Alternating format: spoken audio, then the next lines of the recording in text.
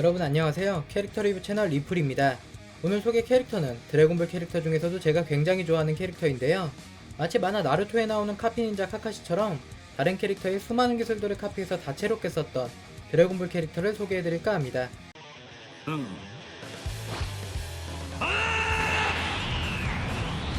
面白い試合になりそうだ。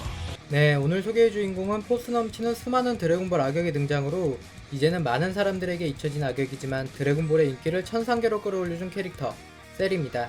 참고로 지금까지도 일본에서 가장 인기 있는 악역 캐릭터는 프리저인데요. 한때 우리나라에서 가장 인기가 많았던 악역 캐릭터는 셀이었습니다. 그럼 본격적으로 드래곤볼 셀에 대해서 알아보도록 하겠습니다. 우선 셀의 탄생 배경부터 살펴보겠습니다. 원작을 차근차근 보신 분들은 아시겠지만 셀은 기존의 인조인간과 다른 외형적 모습 때문에 외계 생명체로 보시는 분들도 많을 것이라고 생각하는데요. 사실 셀은 닥터게로가 만든 마지막 인조인간 중 하나로 기존의 인조인간과 차이점이 있다면 로봇 형태나 인간에 가까운 사이보그 형태가 아닌 하나의 인공생명체 형태의 인조인간이라는 점입니다. 캐릭터 디자인은 바퀴벌레, 그리고 장수하늘소를 모티브로 했다고 하는 의견이 갈리는데요. 저는 팬심 때문인지 장수하늘소 쪽에 손을 들어주고 싶습니다. 그럼 간단히 소개를 마쳤으니 셀의 형태 변화와 특징, 그리고 해당 상태에서의 전투력에 대해서 알아보도록 하겠습니다. 우선 셀의 R과 유충 상태부터 알아보겠습니다. 셀도 한때 최강이라 불리던 캐릭터 중 하나였지만 처음부터 강력한 생명체는 아니었는데요.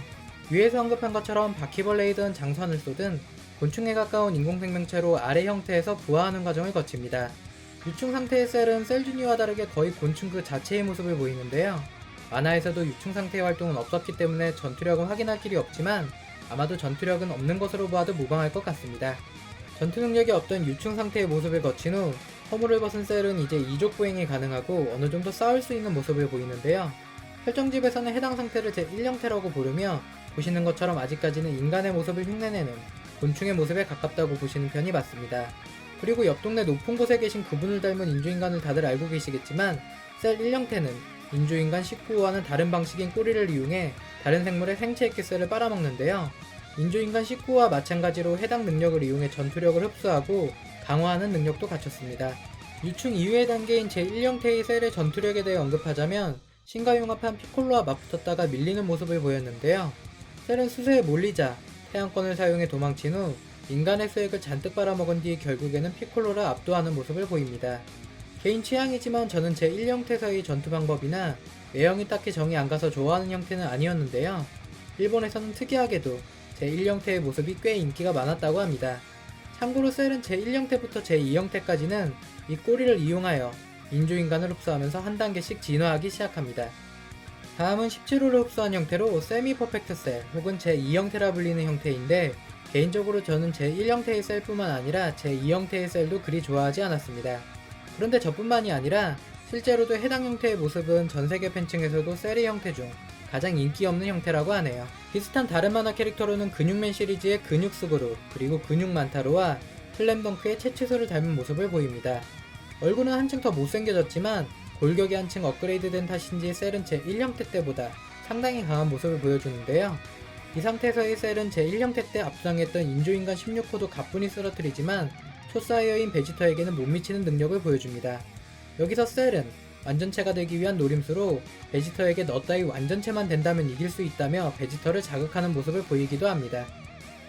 제2형태 셀 모습에서 볼만한 전투 장면 중 하나는 과거에 꽤 이상이 높았던 천진반이 18호를 도망가게 하기 위해 사력을 다하는 장면인데요. 바로 천진반의 필살기인 신기공포를 수없이 늘려대며 야무치처럼 전투력 측정기 역할을 하는 장면입니다. 결국에는 셀에게 큰 타격은 주지 못했지만 위도했던 대로 18호를 도망시키는 것은 성공하는데요. 하지만 이후 실신을 하며 천진반은 그대로 쓰러져 버립니다. 셀의 형태 변화 중 가장 인기가 없지만 토리야마 아키라는 셀의 제2형태를 가장 마음에 든다는 말을 남겼다고 합니다. 이제 18호를 흡수한 셀은 우리에게 너무나 익숙하고 멋있는 형태인 완전체 셀 혹은 퍼펙트 폼 셀이라고도 불리는 형태로 넘어갑니다. 보시는 것처럼 외형도 이제 거의 인간형의 모습을 하고 있으며 흡수가 필요 없는 단계 때문인지 꼬리는 퇴화되어 짧아진 것을 볼 수 있는데요. 퍼펙트 폼 셀은 당시 각성전 5반을 제외하면 최강이었던 손오공보다 더 월등한 전투력을 보여줍니다. 참고로 성대도 완전체로 변했는지 대부분의 애니메이션판에서 목소리까지 멋있어지는 현상을 보이는데요. 한번 짧게 비교해보겠습니다. お前はすぐ私の職員になるからね。間違いなく勝てるぞ。その程度ならな。やるじゃないか、本当に。ここまで楽しめるとは正直思わなかったぞ。 전투력뿐만 아니라 지능까지 높다는 점과 한층 여유로운 모습으로 카리스마까지 보여주면서 이 당시 드래곤볼의 인기를 한층 끌어올려준 형태라고 할 수 있는데요. 참고로 손오공과의 셀게임 전투와 손오반 각성 상태의 전투는 이 당시 드래곤볼의 많은 팬층을 만들어준 만큼 상당히 볼만한 전투 장면이 많습니다. 마지막으로 각성한 오반과 싸우며 죽은 줄로만 알았던 셀이 재생액이 파괴되지 않아 다시 재생하게 되는데요. 이 당시 셀은 오반의 각성 형태처럼 스파크가 일어나는 형태로 변합니다. 해당 형태는 초완전체 혹은 퍼펙트 셀이라고도 불리는데요. 결국 이 상태에서의 셀은 소노반과 에네르기파 대결 중 완전히 일그러지는 모습을 보이며 막을 내리게 됩니다. 이 장면은 국내뿐만 아니라 해외 팬들에게도 많은 사랑을 받은 장면인데요. 방금 말씀드린 이 부분이 게임 드래곤볼 파이터즈에서 아주 고퀄리티로 만들어졌기에 잠깐 감상하고 이어가겠습니다. 正しいことのために戦うことは罪ではない。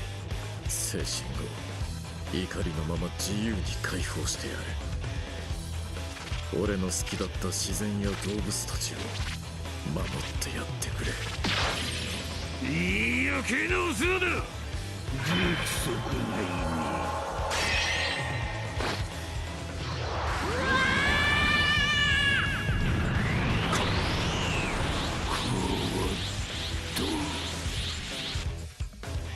もう許さないぞ。許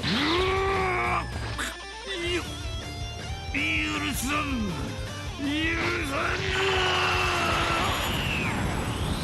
最後に見してくれよ。俺たち二人で作った力を。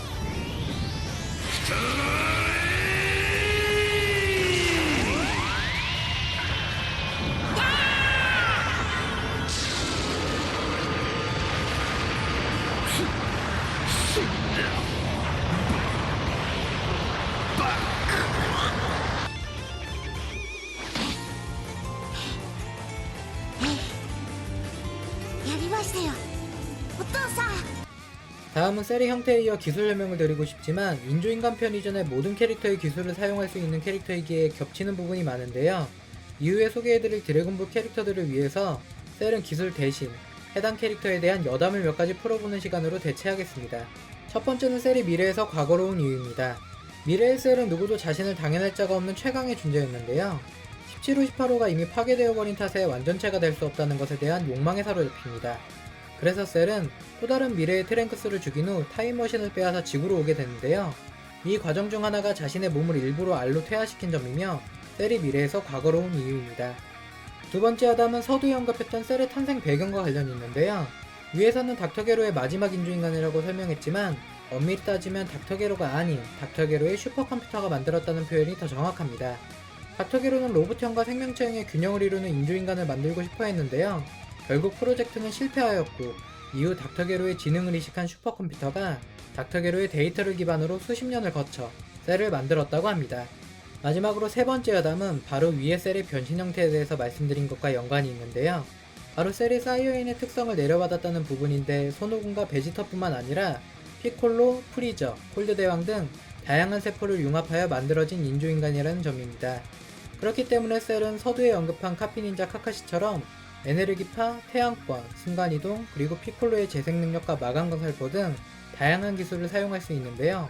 애니메이션이나 만화에 연출한 장면이 없다 뿐이지 사실 여태 나왔던 모든 캐릭터들의 기술 사용도 가능하기에 셀만의 고유의 기술에 대해서 언급하기는 애매한 점이 있습니다. 다만 고유 기술이라고 한다면 자신의 분신처럼 찍어내는 셀 주니어 정도라고 할 수 있는데요. 참고로 셀 주니어는 등장 당시 대부분의 제트전사들을 압도하는 전투력을 가진 것으로 보아 이 당시 셀과 다른 캐릭터의 전투력 차이를 여실히 보여주는 캐릭터이기도 했습니다. 다음은 우리나라에서 항상 드래곤볼 팬층이 많은 캐릭터들에게 일어나는 것 중 하나인 셀에 대한 파워 논란입니다. 이 부분에 대해서는 예전에 부르리 리부트 소식과 함께 전달해드린 영상에서도 말씀드렸는데요. 퍼펙트 셀 기준으로는 다른 여타 사이어인보다 우월했던 손오공 초사이어인 1보다 강하고 소년기 손오반 초사이어인 2보다는 이하 수준이라고 보시면 됩니다. 파워 이야기가 나와서 드리는 말씀이지만 드래곤볼 슈퍼가 나온 시점의 셀은 이제 악역 캐릭터 등급에서도 엄청나게 내려가게 되었는데요.